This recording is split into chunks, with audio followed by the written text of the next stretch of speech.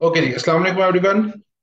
Jashan Mazhar here, enablers private label consultant and trainer Lahore. अच्छा जी, आज जो एक्चुअली डिस्कशन हम लोगों ने थोड़ी सी करनी है वो इस बारे में करनी है कि आप सब ने रिसेंटली जो है वो देखा होगा कि प्राइवेट लेबल्स के जो क्राइटेरियाज हैं वो चेंज किए गए हैं ग्रुप में, और अपडेटेड क्राइटेरियाज जो हैं वो आपको प्रोवाइड कर दिए गए हैं ग्रुप के अंदर। ठीक है, जो कि बहुत सारी मार्केट्स के अंदर आपको बताया है, जैसे कि यूएस है, यूके है, उसके बाद यूएई में है, और इसके अलावा यूरोप के अंदर जो क्राइटेरियाज हैं वो सारे अपडेट करके प्राइवेट लेवल के आपको प्रोवाइड कर दिए गए हैं। तो इसमें जो चेंजेस हैं वो जो हम लोगों ने की हैं, वो उस बारे में जो है वो थोड़ा सा हम डिस्कस करेंगे कि वो जो चेंजेस हैं वो मार्केट के एनालिसिस करते हुए जो है वो की गई हैं, और उसको हम थोड़ा सा जो है वो डिस्कस करेंगे। तो ये मेरे सामने एक स्क्रीन पे जो क्राइटेरिया ओपन है, ये प्राइवेट लेबल यूएस का अपडेटेड क्राइटेरिया जो है वो मैंने ओपन किया हुआ है। इसमें क्राइटेरिया के ऊपर जो पॉइंट्स हैं थोड़े से वो मैं आपको पहले डिस्कस हम लोग कर लेते हैं। वो क्या है जी कि सबसे पहले पॉइंट में हम ये कह रहे हैं कि जी आपने सर्च वॉल्यूम यूएस के केस में प्राइवेट लेबल में, अगर आपने कोई भी प्रोडक्ट आप बेचना चाहते हैं अमेजोन के ऊपर, तो एटलीस्ट जो है वो प्रोडक्ट का सर्च वॉल्यूम जो है वो एग्जैक्ट 7,000 या इससे अबव होना चाहिए।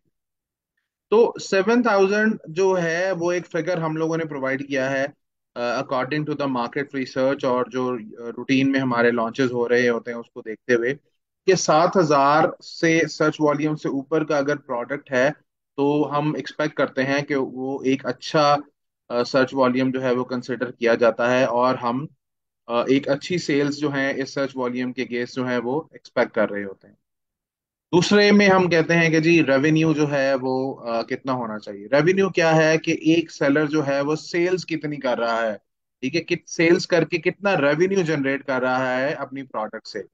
तो उसमें हमने ये बताया कि जो 7 सेलर्स हैं हमारे पास, वो मोर देन 7,000 रेवेन्यू जो है वो जनरेट कर रहे हो हमारे पास, टॉप 15 के अंदर जो है वो जनरेट कर रहे हो। 7 सेलर्स 7,000 जो डॉलर्स हैं वो बना रहे हो। इससे हमें क्या पता चलता है कि अगर 7 सेलर्स टॉप 15 के अंदर टॉप 7 सेलर्स जो हैं वो $7,000 फॉर एग्जाम्पल अगर रेवेन्यू बना रहे हैं, तो क्योंकि हमारा एंट्री पॉइंट है, तो हम भी एक्सपेक्ट कर सकते हैं कि हम वहां पे $7,000 तक का रेवेन्यू जो है वो जनरेट कर सकते हैं, विच इज फाइन। कि अगर आप $7,000 की सेल कर रहे हैं प्राइवेट लेबल के अंदर, तो आफ्टर एक्सपेंसेस जो भी आपको आरओआई आ रहा है उस पे एक हैंडसम प्रॉफिट आप जो है वो जनरेट कर सकते हैं। तीसरी बात, रिव्यूज कितने हैं। 6 sellers having less than 500 reviews in top 15।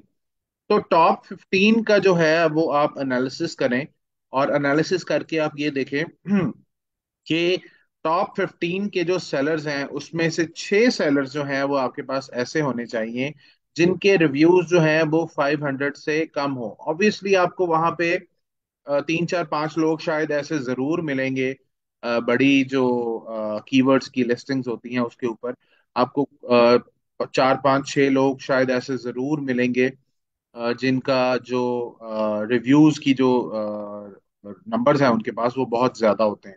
ठीक है, जैसे कोई बड़ा ब्रांड बैठा है तो शायद उसके पास 10,000 रिव्यूज हों, कुछ के पास 15,000 हो, शायद किसी के पास 6,000 हो। तो 3 4 सेलर्स तो मस्ट हैं जो कि आपको मिलेंगे बड़े रिव्यूज के साथ। बाकी सेलर्स को आपने देखना है टॉप 15 के अंदर कि अगर 6 सेलर्स आपको ऐसे मिल रहे हैं कि जिनका जो रिव्यूज की रेशो है वो 500 से हमारे पास कम है, तो हमारे पास एंट्री बैरियर मौजूद है उस प्रोडक्ट के अंदर जाके उस प्रोडक्ट को लॉन्च करने। फोर्थ पॉइंट की अगर हम बात करें, दैट इज रेटिंग। तो प्रोडक्ट की रेटिंग जो है it should be 4.3 and above. Rating क्या होती है? रेटिंग ये है कि प्रोडक्ट को यूज करने के बाद जब कोई कस्टमर आपको आपकी प्रोडक्ट को रेट करता है तो वो आपको स्टार्स देता है। लेट्स से 1 स्टार रेट कर रहा है, 2 स्टार रेट कर रहा है, 3 स्टार रेट कर रहा है, 4 स्टार रेट कर रहा है। तो इस तरीके से आपको रेटिंग प्रोवाइड की जाती है, 5 स्टार भी देते हैं लोग। तो बेसिकली जो एवरेज आपकी लिस्टिंग के ऊपर आ रही है, या जो प्रोडक्ट आप बेचने जा रहे हैं, बाकी जो लोग बेच रहे हैं उन सब की जो एवरेज रेटिंग है basically it should be more than 4.3। 4.3 इस वजह से कि अगर 4 से नीचे चली जाए ना तो फिर प्रोडक्ट को लोग बहुत अच्छा कंसिडर जो है वो नहीं कर रहे होते। तो जरूरी है कि जो रेटिंग्स हैं उन प्रोडक्ट्स की, it should be above 4। Average price की अगर हम बात करें, जो फिफ्थ पॉइंट है हमारा, वो एवरेज प्राइस है। एवरेज प्राइस हम लोगों ने यूएस मार्केट के अंदर जो की है, दैट इज 16 to 40। और 16 to 40 करने का मतलब है कि अगर आप $16 से आप लोग $16 से नीचे का प्रोडक्ट जो है, अगर आप वो सेल करने जाएंगे तो क्वाइट पॉसिबल कि आपके प्रॉफिट मार्जिन जो है वो बहुत ज़्यादा लो हो जाएंगे, मुश्किल हो जाएगा प्रॉफिट्स जो हैं वो जनरेट करना अच्छे। और दूसरी बात, अगर कि आप $40 से अबव जाएंगे तो फिर आपकी इन्वेस्टमेंट जो है वो बहुत ज़्यादा हो जाएंगी प्रोडक्ट को लॉन्च करने के लिए। तो जो प्राइस है आपकी, it should be between 16 to 40। recommended price US के केस में ये है कि आप 20-22 डॉलर का अगर प्रोडक्ट कर रहे हैं तो वो एक अच्छा हैंडसम प्रॉफिट जो है, अगर आपकी सेल्स ठीक हैं और सब कुछ ठीक चल रहा है आपका, तो 20-22 डॉलर का जो प्रॉफिट होता है वो एक हैंडसम आरओआई जो है वो आपके लिए जनरेट कर देता है। Competing products are not more than 2000। Sixth point, competing products क्या होते हैं? आप सबको पता है कि कंपीटिंग प्रोडक्ट्स ये हैं कि अमेजोन के ऊपर आपका प्रोडक्ट या आपके प्रोडक्ट्स से नियर बाय जो प्रोडक्ट्स लोग बेच रहे होते हैं, that is your competing products, Amazon के पेज पे भी शो हो रहा होता है।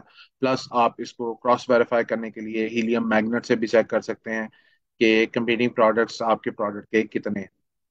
कंपीटिंग प्रोडक्ट्स बेसिकली आपका कंपटीशन डिफाइन कर रहे होते हैं उस प्रोडक्ट के अंदर। तो it should be less than 2000। क्यों? जितना ज्यादा कंपटीशन के अंदर आप जाएंगे, जितने ज्यादा हायर रेंज वाली कंपीटिंग प्रोडक्ट्स की साइड पे जाएंगे, उतना ज्यादा आपको बजट ज्यादा चाहिए अपने प्रोडक्ट्स को रैंक करने के लिए। क्योंकि आपके जो एडवर्टाइजमेंट्स के बजट्स होते हैं वो भी आपके प्रोडक्ट के रिव्यूज के ऊपर और प्रोडक्ट के कंपीटिंग प्रोडक्ट्स के ऊपर जो है वो डिसाइड हो रहे होते हैं। तो फिर आपको जितने ज्यादा कंपीटिंग प्रोडक्ट्स के अंदर आप जाएंगे, आपके बजट्स जो हैं वो बढ़ जाएंगे। तो कोशिश करें कि कंपीटिंग प्रोडक्ट्स जो है वो आपके 2000 से कम हो। अच्छा, इसमें बहुत सारे लोग ये समझते हैं कि अगर 2000 लिखा है तो वो 2000 ही हो। नहीं, ऐसा नहीं है। ये जितने 2000 से लेस होंगे उतना अच्छा है आपके लिए। लेट्स से अगर ये 500 है, ये 600 है, ये 400 है, ये 700 है, ये 1000 है, तो उतना अच्छा है आपके लिए जितने कंपीटिंग प्रोडक्ट्स आपके कम हो। It should not more than 2000। ये बात जो है वो आपने देखनी है यूएस के केस में। सीजनैलिटी वाले जो प्रोडक्ट्स हैं वो स्टार्ट में करने से जो है वो अवॉइड करना चाहिए। ठीक है, लेटर ऑन अगर आप एक बहुत एक्सपीरियंस सेलर जो हैं वो बन गए हैं तो फिर सीजनल प्रोडक्ट्स के बारे में आप सोच सकते हैं। लेकिन स्टार्ट में अगर आप लोग काम करने जा रहे हैं तो सीजनल प्रोडक्ट्स से जो है वो अवॉइड करें, क्योंकि इसके अंदर प्रॉब्लम्स जो है वो बहुत ज़्यादा आगे जाके क्रिएट होते हैं। तो फिर न्यू सेलर्स के लिए जो है वो मैनेज करना मुश्किल हो जाता है सीजनल प्रोडक्ट्स को। तो बेहतर है कि आप सीजनल प्रोडक्ट्स ना करें। सीजनल प्रोडक्ट्स को अगर आपने वेरीफाई करना है कि कैसे ये सीजनल है, तो उसके लिए हमारे पास जो टूल अवेलेबल है वो गूगल ट्रेंड्स को जो है, trends.google पे अगर आप जाएंगे तो आप वहां पे जाके प्रोडक्ट की सीजनलिटी को जो है वो चेक कर सकते हैं। एक तो उसका कीवर्ड ये बता देता है, लेट्स से फॉर एग्जांपल अगर एक स्विमिंग पूल है, क्रिसमस ट्री है आपके पास, तो ये ऑब्वियसली सीजनल प्रोडक्ट्स जो हैं वो कीवर्ड्स की वजह से पता चल जाते हैं। लेकिन अगर आपको लेट से नहीं पता चल रहा कि ये जो प्रोडक्ट है वो सीजनल है या नहीं है, तो trends.google पे जाके आप उसकी सीजनैलिटी को जो है वो चेक कर सकते हैं। उसके बाद एट्थ पॉइंट जो हमारे पास अवेलेबल है, that is BSR consistency. BSR consistency क्या है?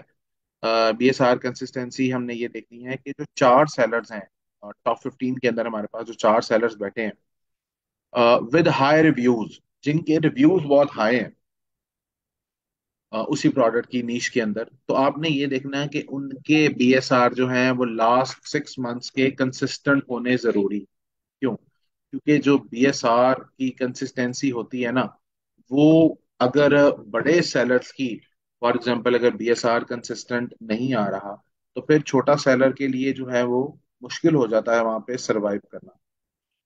तो बीएसआर कंसिस्टेंट कब होते हैं? बीएसआर कंसिस्टेंट तब होते हैं जब आपके रेवेन्यूज जो है वो कंसिस्टेंट रहें।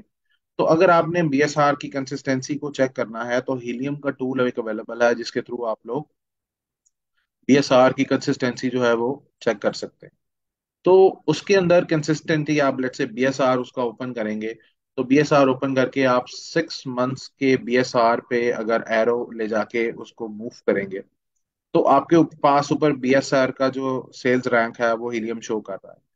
तो बीएसआर कंसिस्टेंट जो है वो तब होते हैं अगर आपकी जो बीएसआर की चेंज होने की रेशो है, अगर वो यूनिट्स जो वो दिखा रहा है बीएसआर के, अगर इन बिटवीन 500 to 600 तक वो मूव कर रही है और इसके बिटवीन ही वो जो फिगर है वो रह रही है, तो फिर इसका मतलब है कि आपका बीएसआर कंसिस्टेंट है। अगर फ्लॉज बहुत बड़े हैं, लेट से एक टाइम पे आपका बीएसआर 10,000 पे टच कर रहा है और तो 10 दिन बाद जो आपका बीएसआर है वो लेट से 4,000 पे आ गया है, उसके 5 दिन बाद जो आपका बीएसआर है वो 22,000 पे चला गया है, तो फिर ये कंसिस्टेंट बीएसआर नहीं है। कंसिस्टेंट बीएसआर तभी है अगर 500-600 यूनिट्स की रेंज के अंदर अगर आपका बीएसआर का जो ग्राफ है वो चल रहा है, तो इट मींस कि आपके प्रोडक्ट का बीएसआर कंसिस्टेंट है। रेवेन्यू कंसिस्टेंसी को भी आप कंसिडर कर सकते हैं इसके अगेंस्ट के उन जो सेलर्स हैं उनके बीएसआर जरूर कंसिस्टेंट होते हैं जिनकी सेल्स कंसिस्टेंट होती है। नाइन्थ पॉइंट जो है वो हमारे पास ये कहता है कि आपका प्रोडक्ट ट्रेंडी नहीं होना चाहिए। बहुत सारे लोग जो हैं वो ट्रेंडी प्रोडक्ट्स को सिलेक्ट कर लेते हैं, उसके बाद जो है वो प्रॉब्लम्स आ जाती हैं उनको मैनेज करने में। जैसे कि हमारे पास कोविड चल रहा था लाइक 2020 में, 2021 के अंदर। तो तब कोविड के प्रोडक्ट्स का जो है वो एक ट्रेंड था, लाइक फेस मास्क थे हमारे पास सैनिटाइजर थे, तो ये एक ट्रेंडी प्रोडक्ट्स थे कि एक टाइम आया जिसमें इसका ट्रेंड चला। और उसके बाद अगर आप देखें उस वक्त में जब कोविड चल रहा था तब सैनिटाइजर्स की और फेस मास्क की जो सर्च वॉल्यूम्स आए वो मिलियंस में गए हुए थे। तो यही चीज अगर आज आप देखें तो शायद हजारों में भी साथ उनके सर्च वॉल्यूम्स एग्जिस्ट नहीं कर रहे होंगे। तो ये एक ट्रेंडी प्रोडक्ट्स का जो है वो साइन है। तो कोशिश करें कि ट्रेंडी प्रोडक्ट्स को करने से अवॉइड करें। ठीक है। तो क्योंकि उसको आगे जाके मैनेज करने में बहुत प्रॉब्लम्स आ जाती हैं। लेट्स से अगर प्रोडक्ट का आगे जाके अभी एक ट्रेंड शुरू हुआ है, जैसे लोगों ने फॉर एग्जाम्पल बैंडेना पहनना शुरू कर दिया, तो वो 2 महीने 3 महीने का ट्रेंड रहेगा, 4 महीने का ट्रेंड रहेगा, उसके बाद खत्म हो जाता है। तो लेट्स से अगर आपने स्टॉक ज्यादा बनाया हुआ है और आप उस ट्रेंड के पीरियड के टाइम में नहीं बेच सके तो फिर वो आपका जो स्टॉक है वो वेस्ट हो जाता है। तो ट्रेंडी प्रोडक्ट से हमें अवॉइड करना चाहिए। उसके बाद 10th पॉइंट हमारे पास आ जाता है दी वैल्यू एडिशन। वैल्यू एडिशन में हम क्या कहते हैं जी, कि वैल्यू एडिशन में सबसे पहले हम ये कहते हैं कि आप लोग पहले डिजाइन रिसर्च करें। डिजाइन रिसर्च में क्या करें? डिजाइन रिसर्च में आप ये करें कि लेट्स से अगर आप कोई भी एक प्रोडक्ट बेच रहे हैं तो आप देखें कि कौन से लोग किस किस किस्म का डिजाइन बेच रहे हैं। लेट्स से अगर आप कोई प्रोडक्ट बेच रहे हैं, एक बंदा जो है वो स्टेनलेस स्टील की बेच रहा है, एक वुडन के अंदर बेच रहा है, एक प्लास्टिक में बेच रहा है। तो अब आप ये देखेंगे कि प्रोडक्ट का पहले कौन सा वाला ज्यादा बिक रहा है। लेट्स से स्टेनलेस स्टील का प्रोडक्ट बिक रहा है या प्लास्टिक वाला ज्यादा बिक रहा है या वुडन वाला ज्यादा बिक रहा है। उसके बाद आपने ये देखना है कि डिजाइन का कौन सा बेहतर जो है वो उसकी सेल आ रही है। और जो डिजाइन आप करना चाह रहे हैं आप उसको थोड़ा सा चेंज करें डिजाइन को। कैसे? पता कैसे लगेगा कि हम डिजाइन को कैसा डिजाइन होना चाहिए? तो उसके लिए आप क्या करें कि आप रिसर्च करें। अगर तो आप लेट्स से अगर आपने यूएस में सेलिंग करनी है और आप यूएस में रहते हैं तो आप अपने सोशल सर्कल में पूछ सकते हैं, लोगों से डिस्कस कर सकते हैं कि मैं एक इस तरह का प्रोडक्ट जो है वो डिजाइन करना चाह रहा हूं, तो आप रेकमेंड करें कि कैसा डिजाइन होना चाहिए। तो डिफरेंट लोग आपको डिफरेंट ओपिनियंस जो है वो प्रोवाइड करेंगे।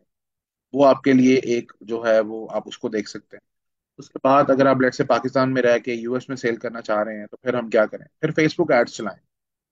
फेसबुक पे एक पेज बनाएं और पेज बना के जो आपका प्रोडक्ट है उसके डिफरेंट डिजाइन्स, क्वालिटीज, साइजेस क्या होने चाहिए, कलर्स क्या होने चाहिए, ये एक स्पॉन्सर्ड एड्स चला के लोगों के व्यूज लें यूएस मार्केट के अंदर कि लोग एक्चुअली इस प्रोडक्ट पे क्या चाहते हैं। तो जो मेजोरिटी है आप उसके साथ जो मेजोरिटी के व्यूज हैं आप उसके साथ उस डिजाइन को मैन्युफैक्चर करवा सकते हैं। उसके बाद वैल्यू एडिशन में हम ये बात कहते हैं कि जी वैल्यू एडिशन के अंदर जो भी आपके प्रोडक्ट की प्राइस चल रही है उस प्रोडक्ट के साथ एक वैल्यू एडिशन जरूर दें। क्यों? लेट्स से अगर आप लेदर वॉलेट बेच रहे हैं तो लेदर वॉलेट के साथ आप केक की चेन जो है वो एज अ वैल्यू एडिशन जो है वो प्रोवाइड कर दें। फॉर एग्जाम्पल आप वाटर बॉटल बेच रहे हैं तो वाटर बॉटल के साथ उसका जो हैंडलिंग पाउच है वो आप साथ में फ्री दे दें।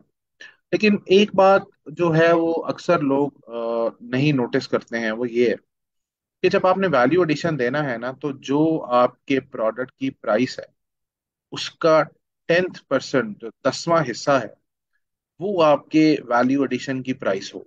लेट्स से अगर आप $100 का प्रोडक्ट बेच रहे हैं मार्केट के अंदर तो जो उसके साथ आप वैल्यू एडिशन ऑफर कर रहे हैं ना वो मिनिमम $10 की हो। फिर कस्टमर के लिए अट्रैक्टिव पॉइंट है। अगर आप $100 का प्रोडक्ट बेच रहे हैं और आप $1 का वैल्यू एडिशन दे रहे हैं तो वो आपके प्रोडक्ट के लिए अफेक्टिव नहीं है बहुत ज्यादा। तो वैल्यू एडिशन जब आपने देना है तो ये दो चीजें जो आपको डिस्कस की गई हैं इन बातों का थोड़ा सा ख्याल रखें। उसके बाद ब्रांड डोमिनेशन की हमारी जो है वो बात आ जाती है कि ब्रांड डोमिनेशन हमने जो है वो देखनी है कि हमारे प्रोडक्ट के अंदर ब्रांड डोमिनेशन ना हो। ठीक है जी। तो ब्रांड डोमिनेशन पे अगर हम जाते हैं तो हमने ये देखना है कि ब्रांड डोमिनेशन हम पे हम ये कहते हैं कि एक ब्रांड जो है वो एक्चुअली 7 टाइम्स अगर आप देखें तो नॉट मोर देन 3 टाइम्स एक मतलब टॉप 7 के जो हमारे पास सेलर्स हैं उसमें एक ब्रांड जो है वो 3 टाइम्स से ज्यादा ना बैठा with a very good sales velocity. Okay. 7 sellers में अगर हम देख रहे हैं कि एक ब्रांड 3 दफा ना बैठा हो with a very good sales velocity obviously ये उसकी ब्रांड डोमिनेशन को शो करेगी। लेकिन एक पॉइंट यहाँ पे एक और है वो ये कि 7 सेलर्स के अंदर अगर तो इस तरह का सिनेरियो नहीं है तो फिर एक चीज थोड़ा सा और फोकस करें वो ये कि 7 सेलर्स के अंदर एक ब्रांड या 3 ब्रांड्स दो दो दफा तो नहीं बैठे हुए और with a good sales velocity जो आपकी प्रोडक्ट का मेजर पोर्शन है सेल्स का वो लोग तो नहीं लेके जा रहे। तो ये जब ब्रांड नॉमिनेशन की बात करनी है ना तो बेसिकली सेल्स वेलोसिटी बहुत इंपॉर्टेंट है कि कोई भी एक ब्रांड बैठा हुआ है वो कितनी दफा बैठा है और उसके पास उस टोटल सर्च वॉल्यूम का कितने परसेंट जा रहा है। ये बात जरूरी है। बाकियों की जो रेस्ट ऑफ द सेलर्स हैं उस ब्रांड को निकाल के उनकी सेल्स वेलोसिटी भी बेहतर होनी चाहिए। ऑब्वियसली उसके जितनी नहीं हो सकती। लेट्स से अगर वो अकेला 4,000 यूनिट बेच रहा है तो बाकी सारे जो हैं वो कम से कम कोई 2,000 बेच रहा हो कोई 1,500 बेच रहा हो कोई 2,500 बेच रहा हो तो कम से कम बाकी इतने जो सेलर्स हैं उसके मुकाबले की नहीं लेकिन उसके लेट से अगर हम ये कह लें कि 50% तक की कम से कम बाकी लोगों की जो सेल है वो चल रही हो ये चीज जो है वो देखनी जरूरी होती है। उसके बाद प्रोडक्ट की वेट की बात आ जाती है। प्रोडक्ट का वेट जो आइडियल प्रोडक्ट है बेसिकली आप 300 ग्राम्स टू 600 ग्राम्स तक का प्रोडक्ट जो है that is an ideal product weight. लेकिन अप टू 3 kg तक के वेट में आप जा सकते हैं if you have a very good sourcing. Let's say अगर आपको एक बंदा कहता है जी मेरे पास एक प्रोडक्ट है उसका वेट जो है लेट्स से 3 kg है लेकिन उसमें हमारे पास प्रॉफिट लेट्स से वो कह रहा है जी मैं आपको $5 में दे दूंगा और Amazon पे आपको लेट से डीडीपी प्राइसेस जो है वो $5 में मैं आपको प्रोवाइड कर दूंगा और आप देख रहे हैं कि यार वो Amazon पे बिक रही है $50 की। तो फिर आप उस प्रोडक्ट के बर्म के साथ जा सकते हैं। क्यों? क्योंकि आपके पास प्रॉफिट मार्जिन बहुत अच्छे हैं वहां पे जाने के लिए। तो अगर आपके पास प्रॉफिट मार्जिन बहुत अच्छे हैं आपकी सोर्सिंग बहुत अच्छी है तो फिर आप जा सकते हैं बड़े वेट वाले प्रोडक्ट्स के साथ। वरना 300 ग्राम्स टू 600 ग्राम्स तक का यूजुअली जो प्रोडक्ट है that that that would be defined Amazon पे बेचने के लिए। ऑब्वियसली अगर आप एसएनएल के अंदर जा रहे हैं तो फिर ये जो वेट है वो और थोड़ा सा जो कम हो जाएगा। लास्ट पॉइंट क्राइटेरिया का ये कहता है कि जी Amazon should not more then 4 times in top 20। तो same the case with the brand domination के साथ जैसे हमने डिस्कस किया Amazon पे भी आपने Amazon को भी यही आपने इस तरीके से देखना है कि Amazon 4 टाइम्स अगर बैठा हुआ है और बाकियों की सेल्स भी कंसिस्टेंट हैं बाकियों को अच्छी सेल्स जो हैं वो दी जा रही हैं तो आप भी उसके साथ जा सकते हैं। लेकिन अगर अमेजोन बाकियों को सेल्स कंसिस्टेंट नहीं दे रहा, बाकियों की सेल्स वेलोसिटीज कंसिस्टेंट नहीं है, तो फिर आप अवॉइड करें वहां पे जाने से। क्योंकि अमेजोन के पास ऑब्वियसली अगर वो खुद प्रोडक्ट बेच रहा है तो फिर उसकी प्रेफरेंसेस पहले होती हैं कि ऑब्वियसली उसकी जो सेल्स हैं वो बूस्ट हो जाएंगी और आप नीचे रह जाएंगे। तो sales velocity, consistent sales velocity जो है डिफरेंट जगहों पे देखना जो है वो बहुत ज़रूरी है जब आप लोगों ने इस डेटा को जो है रीड करना है। तो ये हमारे पास, जैसे मैंने एक यूएस का डेटा आप लोगों के साथ डिस्कस किया है, सेम इसी तरह हमारे पास डिफरेंट मार्केट्स का प्राइवेट लेबल का जो क्राइटेरियाज है उसमें चीज़ें जो आपको बताई गई हैं वो एक्चुअली यही हैं। Search volumes, revenues, reviews, seasonality, trends, चीज़ें यही हैं। सिर्फ फिगर्स जो हैं वो उसमें अप डाउन जो है वो किए गए हैं, depends on the market volume, के मार्केट के पास अमेजोन का शेयर कितना है और कितने लोग वहां पे सेलिंग कर रहे हैं, किस तरीके से सेलिंग कर रहे हैं। तो उसकी बेस पे जो है वो रिसर्च की गई है सारी, और उसके बाद ये क्राइटेरिया जो हैं वो आपको अपडेट करके दिए गए।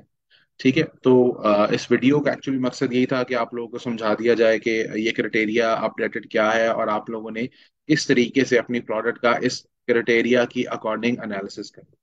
ठीक है जी, तो जो भी आपकी कोई क्वेरीज होंगी वो आप इस वीडियो के पोस्ट के नीचे जो है वो शेयर करें, और जो है वो आपको उसके मैं जो है वो आपको उसके प्रॉपर जो है वो रिप्लाईज जो है वो सेंड करूँ। ठीक है जी। So thank you very much everyone.